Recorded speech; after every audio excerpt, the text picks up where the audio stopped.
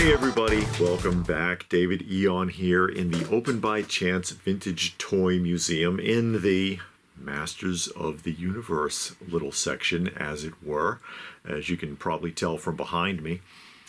Having a discussion today about Toys R Us, and as implied in the title and in the thumbnail, why you don't want it back. You really don't.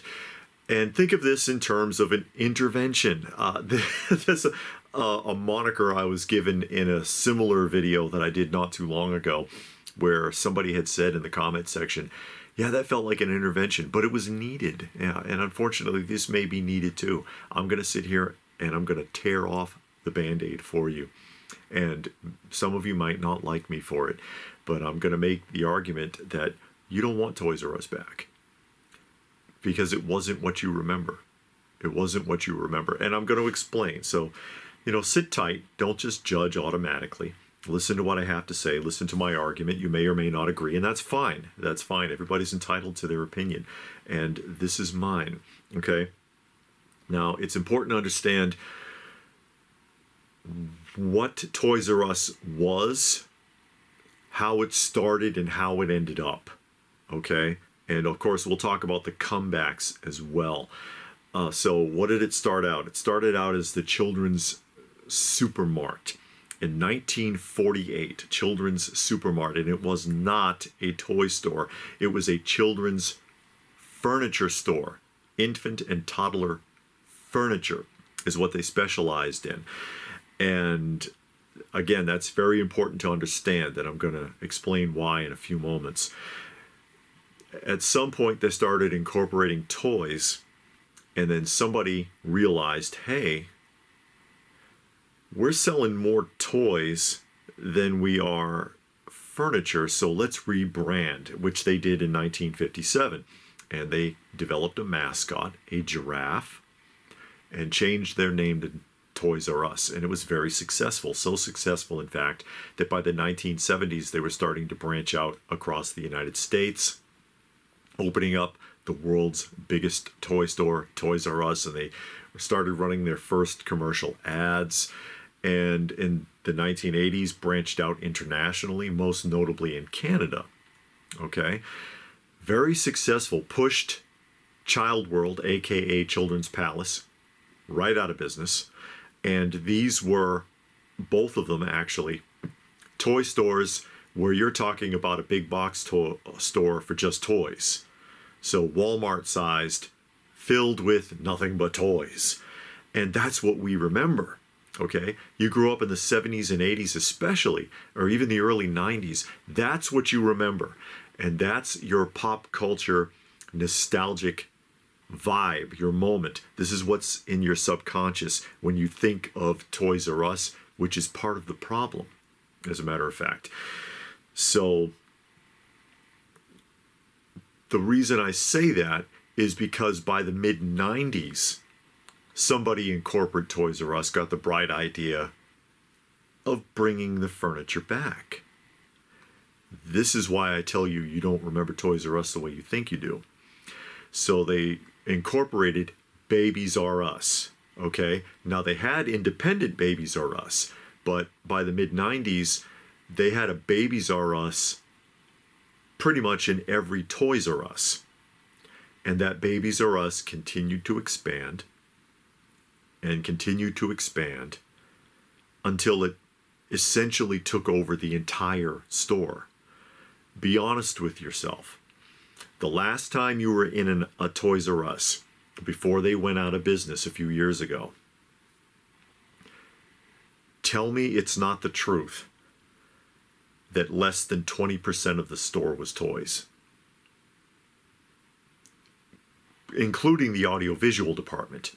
Because if you walked into a Toys R Us, how was it laid out? Usually, you turn to the left, right? If I remember this correctly, you turn to the left, audiovisual, so video games. Okay, it used to have DVDs and stuff, but they did away with that a while back. So video games, then a few aisles of action figures, a few aisles of board games, some bikes, some ride-on toys. So from video games to where you had bikes and ride-ons, less than 20% of the store's footprint. The rest of it was what? Tell the truth. Infant and toddler furniture, infant and toddler clothing, infant and toddler accessories, baby formula, baby food, diapers, and so on. The footprint in the store of the toy department itself was no larger at that point than you would find in Walmart or Target. So why bother to go to Toys R Us? Nostalgia? This was a bad move for Toys R Us because it moved them away from their original rebranding in 1957 that made them so famous in the first place, that made them the world's biggest toy store. That was a mistake, and I think it hurt them. I think it really hurt them. If they wanted to do Babies R Us, they should have kept it completely separate, and they did not. The other thing that hurt them was their deal with Amazon in 2000. Okay, just to tie everything together here. In the year 2000, they got into a deal with Amazon, which was a very bad deal for Toys R Us, whereby Amazon would handle all of their online sales. In order to do this on Toys R Us's end, they had to pay a $50 million a year fee plus a percentage off of the sales. I don't know what the percentage was off the top of my head, but they had to pay a percentage on sales. Amazon cheated Toys R Us. Not only were they already ripping them off, because Toys R Us could have hired their own crew and did their own online services, but they chose to incorporate Amazon and let them handle it by proxy. They cheated on the deal because it was supposed to be exclusive. Toys R Us would be the only toy seller, and Amazon didn't do that. They brought in Mattel, they brought in Hasbro, they brought in anybody who wanted to be involved, and did online sales for them as well, reneging on their contract, which Toys R Us sued them for, which resulted in a countersuit from Amazon. And it was so expensive that at some point, I think it was 2006, Toys R Us just settled, and they got a $51 million settlement from the court. So not even a year's worth of their expense was paid back for all of that misery. Plus, Amazon kept all the data and used it against Toys R Us from that point forward to crush them. It's, again, big part of the reason why they went out of business. So, argument, the Toys R Us that you remember from childhood, that your nostalgia and your love of that clings to, is not what Toys R Us was when they closed. So if they brought Toys R Us back, it would not be what you expected, or it would be a pale comparison of itself, which has already happened. And by the way, this is the reason why whenever you'd see a video, usually of somebody or hear about someone making the mecca to the last Toys R Us in British Columbia, Canada, they would walk away disappointed, because they'd walk around and be like, what the hell is this? Well, that's what Toys R Us had turned into. You just don't remember, or you don't want to. And that store, by the way, has also now closed. It closed this past January. It closed like 3 months ago, the end of January of this year, 2026, 2026, if I remember correctly. So then we got to hear about all the comebacks. And they're sitting there and saying, oh, well, they're making this big comeback. They're going to be in Macy's now. And I'm like, nah. They're going to just put Toys R Us branding in their existing toy departments. That's what Macy's is going to do. And you're going to be disappointed. And I was right, because that's exactly what happened. It's ironic, actually, because it's reminiscent of what happened to FAO Schwarz when FAO Schwarz went out of business. And they were picked up. Their branding was picked up by Toys R Us in 2006. You can look it up. I think it's 2006. And everybody's like, oh, look, FAO Schwarz, it's going to come back. And I was like, nah, it's going to get an aisle. It's going to have branding. That's exactly what happened. They got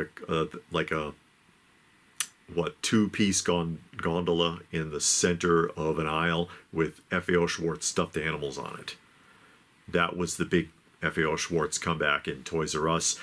Just like the big Toys R Us comeback in Macy's was just some Toys R Us banners, and in some of the locations, a Jeffrey bench to sit on and take selfies with. That's what it was reduced to.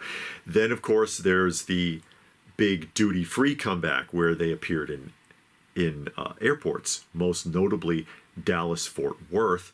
And Pixel Dan actually did a video on it and sounded heartbroken, and I don't blame him, because it was a room probably no bigger than the room I'm sitting in that was filled with Funko Pops and Lego sets.